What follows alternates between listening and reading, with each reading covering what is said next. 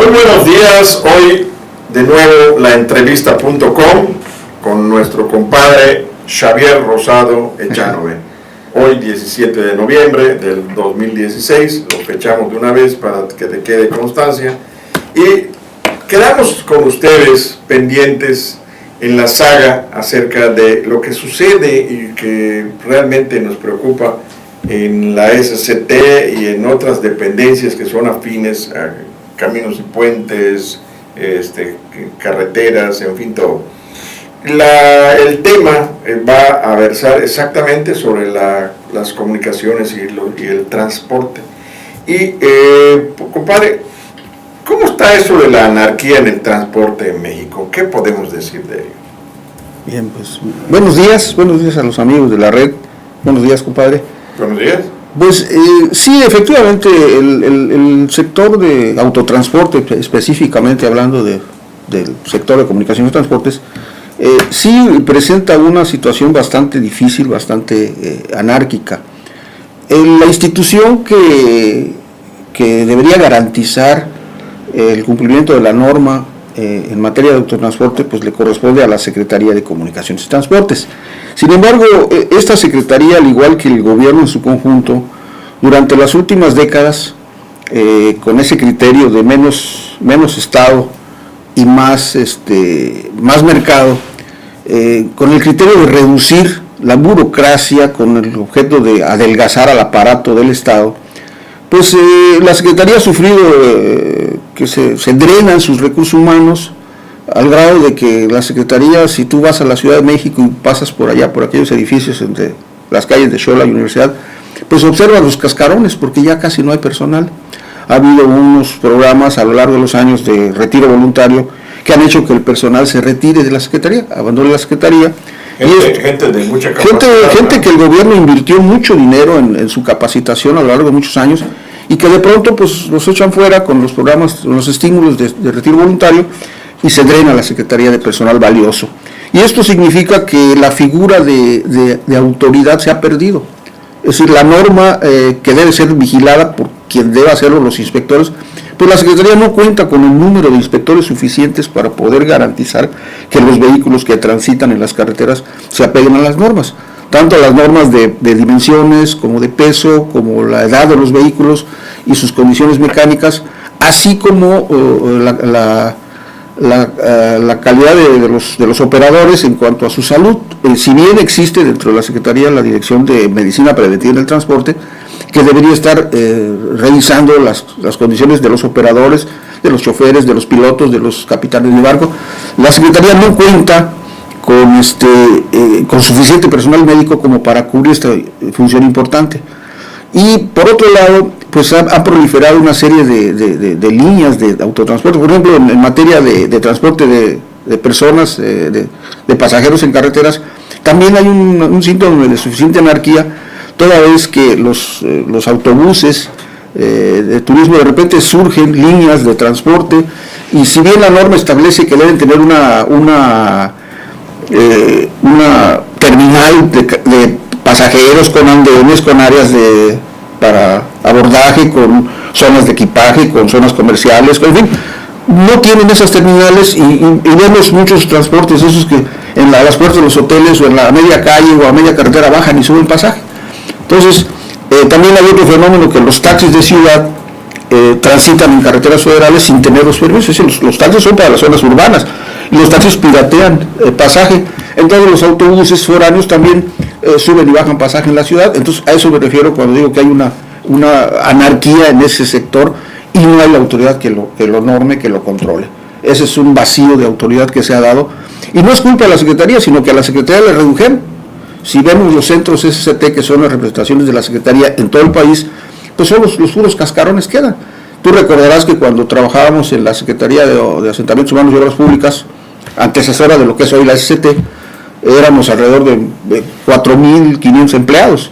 Hoy quedan 120, 130 empleados. O sea, ha habido una reducción drástica de ese tamaño, de esa magnitud, y por consiguiente, pues la figura de autoridad se perdió totalmente. Y también la seguridad. Saltos en carreteras, la policía de caminos también es parte de ese sector, ¿no? Toda la inseguridad que hay contra el crimen organizado y todas estas cosas, pues también es parte de esto, de la anarquía, ¿no? Sí, has puesto el dedo en la llaga, muy atinada tu planteamiento, porque te voy a dar un dato para ejemplificar que las carteras están en manos de la delincuencia, las carteras del país. Del 2014 al 2015, están las estadísticas para consultarse, se incrementó el robo en nuestras carreteras en un 73%. Esto es realmente grave y alarmante. Esto significa que ya no puede circular con seguridad. El robo de camiones completos, de trailers completos de carga, y esa carga va para los tianguis, se comercializa, pero el robo existe y es alarmante. 73% se incrementó de 2014 a 2015 el robo en las carreteras federales. Hay tramos que son peligrosísimos, el tramo México-Córdoba-Veracruz, ese es intransitable, porque si transitas ahí te van a robar, te van a asaltar o se van a llevar tu vehículo y te pueden matar. De ese tamaño, de esa de gravedad tenemos la anarquía que prevalece en ese subsector autotransporte federal. Y no hay autoridad. La Policía Federal de Caminos, bueno, pues está haciendo su parte, lo suyo, pero también no es suficiente, y también hay deformaciones, como los sueldos tan bajos del personal que tiene la Secretaría, pues que hay proclividad a la corrupción, porque pues ganan unos sueldos miserables. Entonces es una situación, un panorama bastante crítico el del autotransporte federal en nuestro país. Esto nos lleva al segundo tema del vacío de autoridades en las carreteras, ya lo has explicado perfectamente, pero vamos, seguramente que existirán sectores estratégicos, pero ¿están protegidos? ¿Están desprotegidos? ¿Qué sucede? Creo que es innegable que dentro de esta área de comunicaciones y transportes hay sectores que son estratégicos porque son sectores de seguridad nacional. Y cuando hablo de la seguridad nacional no estoy hablando de tener un ejército para defendernos de una invasión, no, estoy hablando de la seguridad nacional, de la seguridad de los usuarios, de la seguridad de los ciudadanos que transitamos, ya sea en una carretera, ya sea usamos un aeropuerto o usamos un puerto. Y resulta que también ese vacío de autoridad se ha reflejado en los aeropuertos y en los puertos. Son sectores estratégicos. Basta decir que cuando hay una intervención militar, lo primero que se preocupan los militares es por controlar los aeropuertos, los puertos, las carreteras y las telecomunicaciones, porque son sectores de seguridad nacional. Quien controla los aeropuertos, los puertos, las carreteras y las telecomunicaciones controla un país. Pero ya se han concesionado, y aquí, en forma privada, ¿no? Desde hace ya varios años se han estado dando a la iniciativa privada. Ya no puedes tener orden sobre ellos, ¿no? Le descarga la autoridad que debería tener el gobierno, la transfiere a las empresas privadas, y eso es imposible, que una empresa privada ejerza la seguridad. Se propicia también el trasiego de droga y de muchas otras cosas porque está en manos privadas. Sí, se concesionaron los aeropuertos del país, y si tú vas a cualquier aeropuerto, el dueño del aeropuerto es el concesionario, es el que tienes tus oficinas. Y no puedes hacer ningún otro aeropuerto como se pretendió en el de la Riviera Maya, porque los concesionarios los de Azul se quejan de una competencia desleal, entonces ellos se adueñaron de los aeropuertos. El aeropuerto de Chichén también está en la obsolescencia. Así es. Entonces los aeropuertos los controla la iniciativa privada, igual que los puertos, porque se concesionaron. Fueron inversiones multimillonarias que hizo el gobierno federal con nuestro dinero, con el dinero de los ciudadanos, y después se los entrega en concesión por una bicoca, pagan una miseria por lo que es la concesión y explotan. ¿Qué podemos decir de las API? Son las empresas portuarias de administración integral, fueron organismos descentralizados paraestatales creadas por el gobierno para administrar y controlar y dirigir los puertos. Sin embargo, las APIs en realidad pues ya no controlan nada porque todo está concesionado. Sí, la API se quedó como una figura, pero ya no ejerce realmente el control sobre los puertos. El control lo tienen las empresas privadas. Las empresas concesionarias son las que... Nuestro dinero le pusimos la mesa, nos costó muchísimo dinero y ellos lo están explotando, y el gran negocio. Lo mismo pasó con aeropuertos. Los aeropuertos, la empresa Aeropuertos y Servicios Auxiliares era una empresa que tenía números negros, que tenía utilidades importantes, que era un magnífico negocio, y se transfirió, se concesionó a la iniciativa privada. Entonces, en ese afán de adelgazar al aparato, de menos Estado y más mercado, pues se deshicieron de empresas muy rentables, muy buenas, que podrían estar generando públicas.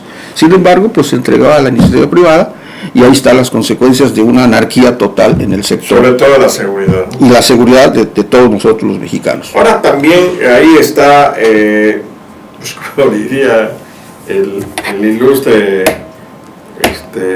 Aurelio Nuño, no sabe leer, las autopistas, estas autopistas que fueron el rescate carretero. ¿Qué fue eso, compadre? Cuando llegó Carlos Salinas de Gortari al poder y implementó su modelo neoliberal, ordenó que las autopistas que se hicieran a partir de su régimen, las hiciera la iniciativa privada. Si antes las autopistas las construía el gobierno federal a través de la Secretaría de Comunicación y Transportes, y el mantenimiento y conservación de las autopistas de cuota lo hacía o lo hace Caminos y Puentes Federales de Ingresos. Pero a partir de que llega Salinas dice, no, ahora ya no voy a gastar ni un solo peso, no voy a invertir un solo peso en las autopistas, ahora la iniciativa privada las va a construir con financiamiento propio y las va a operar y las va a mantener y va a cobrar las cuotas. Lo que sucedió es que las empresas le tomó la palabra y le entraron, las empresas constructoras, y dijeron, sí le entramos a ese esquema de privatización, pero pusieron una condición: tienes que autorizarme nuevas tarifas, porque con esas tarifas que opera la Secretaría no es negocio. Entonces la Secretaría les autoriza, se elevaron notablemente las tarifas, y las empresas constructoras hicieron las obras, pero ganaron mucho dinero en la construcción, porque además las hicieron sin supervisión. Porque cuando los ingenieros talentosos y experimentados de la Secretaría de Comunicación y Transportes, que conocimos a muchos de ellos, empezaron a darse cuenta que estaban haciendo mal las carreteras por ganar más dinero las empresas, la orden fue que no se metieran, que era responsabilidad de las empresas concesionarias. Entonces se inauguraron tramos completos de autopistas. Bueno, el más notable fue el de la México-Acapulco. La México-Acapulco es una carretera que una vez que se inauguró empezó a tener problemas, se derrumbaba la carretera. Es más, a principios de ese sexenio tal vez la autopista del Sol se derrumbó, se caía porque los taludes no les dieron la inclinación de vida. Y cobraron los taludes, los millones de metros cúbicos que supuestamente movieron, y no hicieron los cortes. Y con las lluvias se caen las carreteras. Y esto, pues bueno, la gente de allá de la región del Valle de México, a la autopista del Sol le llaman la querida. ¿Por qué? Porque te vas por la autopista a Acapulco, se cae y regresas por la vieja. Entonces la querida. La querida. Muy buena esa, compadre. Y también la de acá, de la Cantunil Cancún, que ahora ya también tiene sus ramales, que también son de cuota, la de Playa del Carmen, la de Acumal, hay varias. Sí, lo que sucedió es que como dejaron las manos libres a los constructores, hicieron lo que quisieron. Entonces esas autopistas en realidad no son autopistas. Si uno observa las características geométricas y sus especificaciones, no cumplen con las características ni los espesores de pavimento adecuados para ser consideradas como autopistas.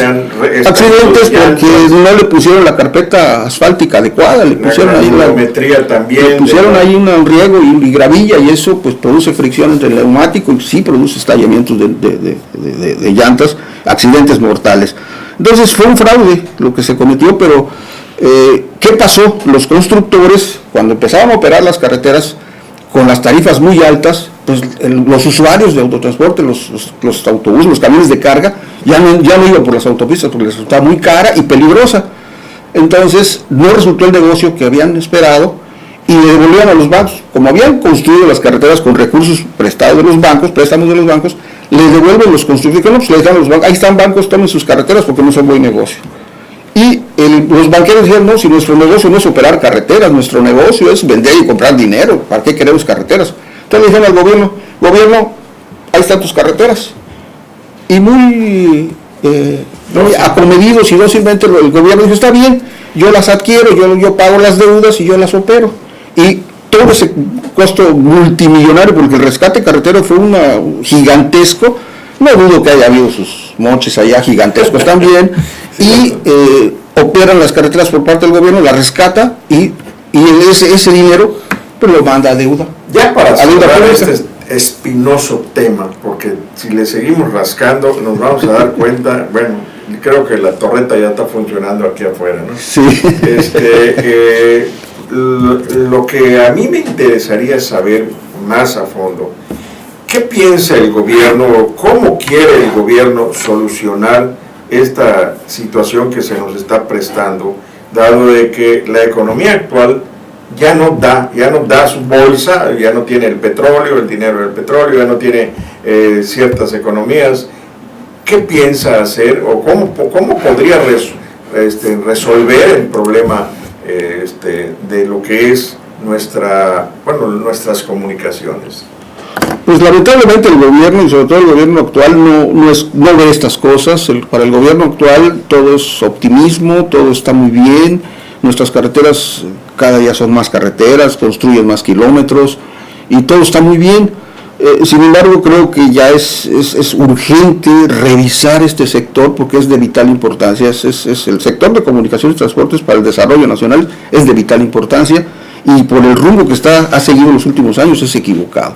Yo creo que habría que revisar la estrategia, habría que fortalecer al sector, habría que recuperar la presencia de la autoridad, aunque sea la autoridad administrativa, en las carreteras, en los puertos, en los aeropuertos, para devolverle lo más preciado que tenemos los ciudadanos, nuestra seguridad.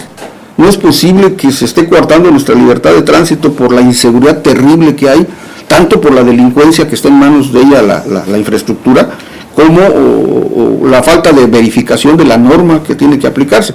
Esos camiones que circulan de el tema que tocamos la vez pasada, esos camiones que tienen hasta 120 toneladas y circulan a 120 kilómetros por hora y muy probablemente la gran parte de los choferes, no todos, pero la gran mayoría, transportan esos vehículos dopados.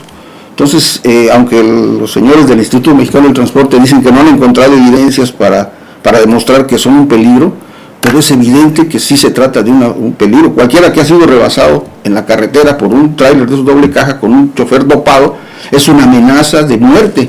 Entonces, y lo que ha sucedido es que el gobierno, la SCT, como el gobierno no podía cambiar la ley, porque el Congreso se volvió plural, entonces ya no es fácil que el presidente mande una ley y la modifique. Entonces lo que hacen es modificar la norma con un decreto presidencial que no pasa por el Congreso, modifican la norma, hacen legal o ilegal y permiten que esos trailers estén circulando, aunque están prohibidos en la ley. Y rebasarlos en carretera es imposible. Es imposible, es peligroso. Las carreteras es muy peligroso, no te da tiempo de una longitud tremenda que tiene un vehículo de estos.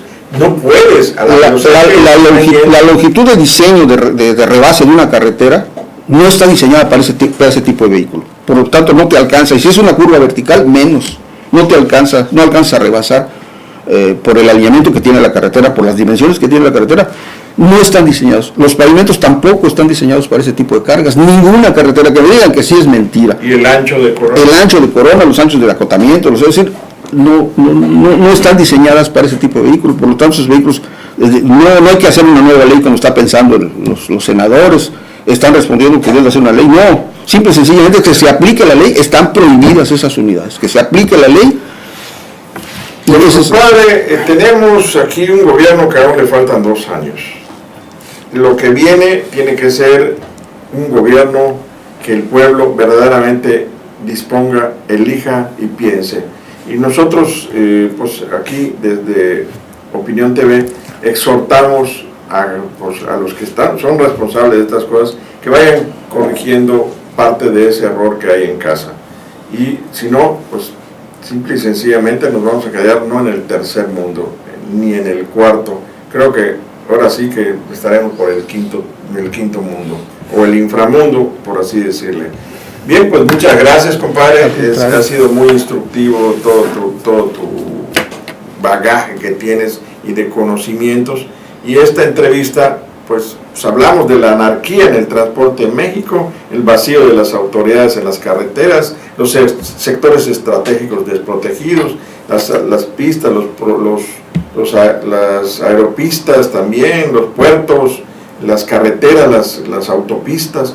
Todo esto es parte de algo que debe de sacudir conciencias. Es la vida de las familias, de los ciudadanos y de mucha gente que incluso vidas jóvenes todavía se pierden, como sucedió con nuestro gran amigo que tuvo un accidente mortal.